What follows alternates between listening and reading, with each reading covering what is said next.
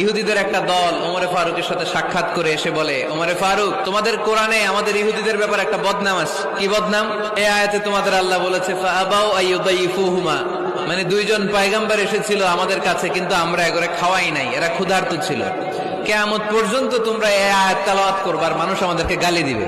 তো গালাগালির দরকার নাই, চলো একটা মিউচুয়ালে যাই, বেশি কিছু করা লাগবে না। এই ফাআবাউ আইয়ুদাইফুহুমার আবাউর যে বায়ের নোক্তাটা, এইটা সরাই দিয়ে তুমি উপরে দুইটা নোক্তা দিয়ে বারে তা বানায় দিবা, তাহলে অর্থ হবে ফাআতাউ আইয়ুদাইফুহুমা, মানে দুই নবী আসছে আর ইহুদিরা তা করে খাওয়াইছে। ওমরে ফারুক বলে কি লাগবে? কয় এক নোক্তা চেঞ্জ করা লাগবে। কয় একটু দাঁড়া। এরা তো মহা খুশি, আজকে আমাদের মিশন কমপ্লিট। ওমরে ফারুক ঘরের ভিতরে ঢুইকা একটা তলোয়ার নিয়ে আসছে। কয় কার কার লাগবে এদিকে আয়। সব দিছে দৌড়। সুবহানাল্লাহ কইবেন না?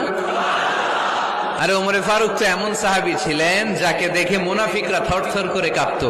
বিশ্বনবী বলতেন, ওমর, ইবলিস শয়তান যদি তোমারে কোনো রাস্তা দিয়ে আসতে দেখে, ইবলিস ওই রাস্তা থুইয়া অন্য রাস্তা দিয়ে চলে।